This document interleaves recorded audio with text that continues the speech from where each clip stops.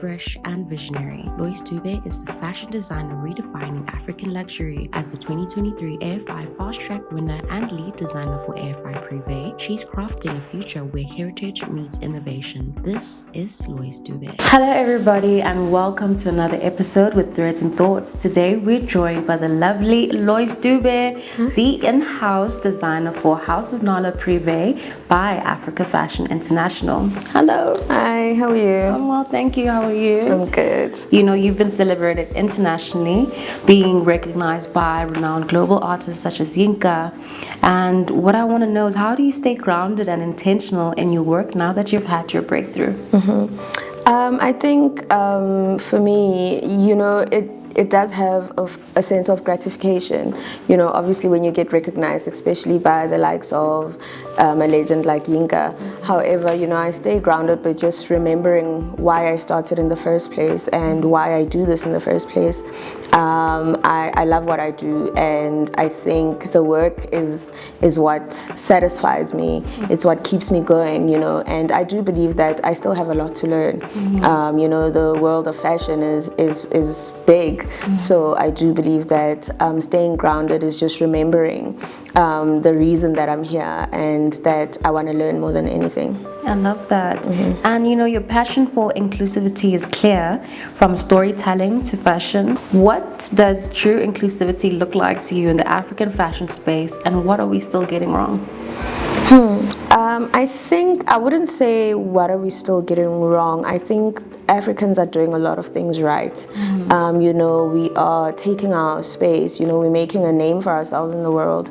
I do think that when it comes to inclusivity, the world needs to learn that African people come in different shapes and forms, you know, and I do believe that sometimes we are expected to stay within a box that categorizes us as people who are just, you know, in terms of fashion, who work with print, and that's all. But I believe that there's more to us, and true inclusivity means not only consuming our work, but also, you know, investing in our work, making sure that we've got the proper infrastructure to, you know, get our work out there and to let the world see our work.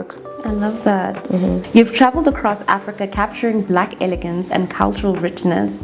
How has that journey shaped your perspective on what African fashion and identity really means globally? So I believe that African fashion, it changed my perspective on what I think African fashion is, because I realized that a lot of us are influenced, or there's a part of colonialism that influenced how people dress now. For example, when we saw the Lasapiers in Congo, that culture is hugely influenced by Western style of dress. However, what Africans have done and stayed true to is, you know, they always add a piece of themselves. They always add a bit of flair, a bit of color, you know, a bit of brightness to everything. So that's one thing that I love about African people and their fashion. And the fact that they don't shy away from who they are. You know, in everything that you see, who they are, their identity is, you know, richly indebted in what they do. So I love that about African people. I love that as well. And you know, you've mentioned wanting to bring back manufacturing and textile production locally. What would it take to revive that industry in Africa, and how do you see young creatives playing a role in it? You know, I believe that when it comes to manufacturing, we need infrastructure. You know, we need the right manufacturers, we need the right fabric manufacturers first and foremost. I believe that right now most of our fabrics are being sourced from, you know, places like China, places like Bangladesh, including some of the clothes that are being made. Although we do have manufacturers and, you know, textiles that are being made here, I believe that we need more infrastructure, you know, and we need more money and investment put into manufacturing, put into infrastructure that will help young creatives, you know, build sustainable brands. I do think that, you know, we have great ideas, but we are not at a place where we can manufacture for ourselves. We're not at a place where we can make our own fabrics, you know, and still build sustainable businesses. So I do believe that when it comes to manufacturing particularly, and just having fashion being a very strong hold in South Africa economically, we need to get it right when it comes to infrastructure. Yeah, definitely. And Fastrack was a major moment. Congratulations on that. Thank you. And now you're working full time with AFI. What's next for you? How do you keep building with purpose now that the spotlight is on you? I think, like you said, Fastrack was an amazing journey, and it taught me a lot. It brought me together with a lot of people, with a lot of amazing creatives. I think what's next is just to continue building, continue growing, continue learning. Fastrack was a huge learning curve, but I don't think the learning stopped there. Like I said before, the world of fashion is very big. What's next is, cementing my voice in African fashion and making sure that the message that I'm trying to portray is heard. I love that. And your journey, do you have any advice on those that are going to be entering the Fastrack competition, and what should they look out for, and any word of advice? I think my word of advice is to always stay prepared for the opportunity when it presents itself. Keep yourself informed about the industry, keep yourself informed about what's happening around you. That's the best way you can stay prepared, by learning, by, always pushing yourself, challenging yourself, because there are a lot of challenges that we take on with the Fastrack program, and you are tasked to think outside of the box, think quickly on your feet. So if you know about your industry, if you're well informed, you've done half of the job for yourself, so, stay prepared because you want the opportunity. You just have to stay ready and, arm yourself. Definitely. And I'm sure it was an amazing journey for you. It was, definitely. So fashion can be powerful in shaping narratives. How do you personally use fashion as a tool of resistance, reclamation, or cultural storytelling? So for me, in all of my work, even before I started working at AFI, I always tried to tell the African story. And I think that's one thing that stays true in my work. I always try to come at it with a narrative, with an African narrative, with an African understanding, because I do believe that there are a lot of African stories that still need to be heard outside of what's been seen out there. And I love that. And the visual language in your work is distinct and cinematic. Can you walk us through your creative process? Where do you start when you're conceptualizing a story or campaign? When I'm working on a campaign, I live within the campaign. I try to immerse myself within what I'm trying to work on. I dive deep into research, researching what I want to talk about, and looking at different narratives and looking at whether maybe the story has been told in a different way somewhere else by somebody else, and first and foremost, it's research for me, and it's really understanding in depth the message that I'm trying to get out there, and then after the research phase is done, then I go into the designing phase, and obviously there's a lot of reiterations of the designs. Some designs I'll draw up and scratch out and throw away, but first and foremost, and I think the most important thing for me is that research phase, then design phase, and then obviously then after that, then the product can be made.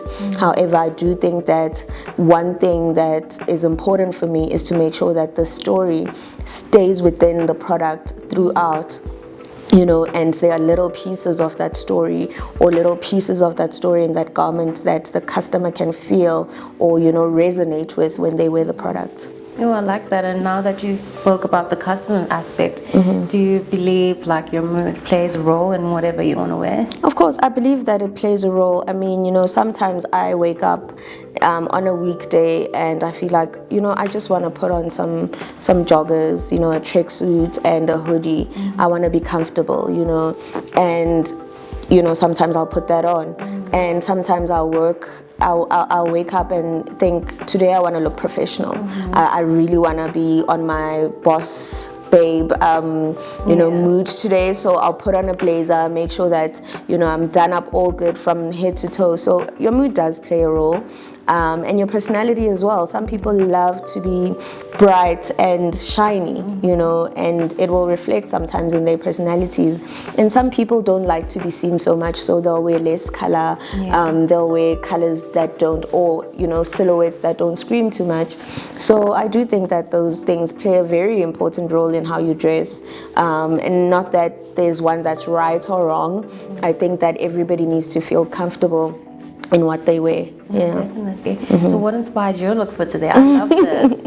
It's funny. It's a funny story, but today I woke up and there was a song that was playing in my head. A song by Loice, and I think he was very young as well. He was a teenager back in the 90s, I think. And there was a song that he sang with the 2 other kids, and that song is like "Ooh Babuya Jole next door." So that song was just playing in my head, and I was wondering what would they be wearing if they were singing the song. And I was like, what's in my wardrobe? And then this is how I came up with this look, and that song has been ringing in my head since morning. So yeah, that's the mood for today. That's dope. And that's another thing, music and fashion go hand in hand. I love that. And this is by you guys. I love this. The color. Looks good on you. What color is this? Like, what? So that's like a beige Melton. It's made out of Melton fabric. Wow. It's perfect for winter. Very soft, very comfy. But it gives a very cool, edgy look. It's different from what you'd find like a normal safari jacket at the store. We really thought, and first of all, this is a men's wear look, but looks so good. So I think it reads as a unisex item as well. Looks lovely on you, by the way. Thank you. But yeah, it's available for pre-order in our at the House of Nala website, and yeah, you can definitely get one for yourself. Definitely. Well, thank you so much for taking the time to sit down with us. Thank you. Thank you so much. Thank you so much. And that's all from us, Threads and Thoughts, and we'll see you next time. Thank you for tuning into today's episode. Make sure to subscribe to our YouTube or Spotify pages and sign up at shop.africanfashioninternational.com City for your signature look. Until next time, stay bold, stay intentional, and stay you.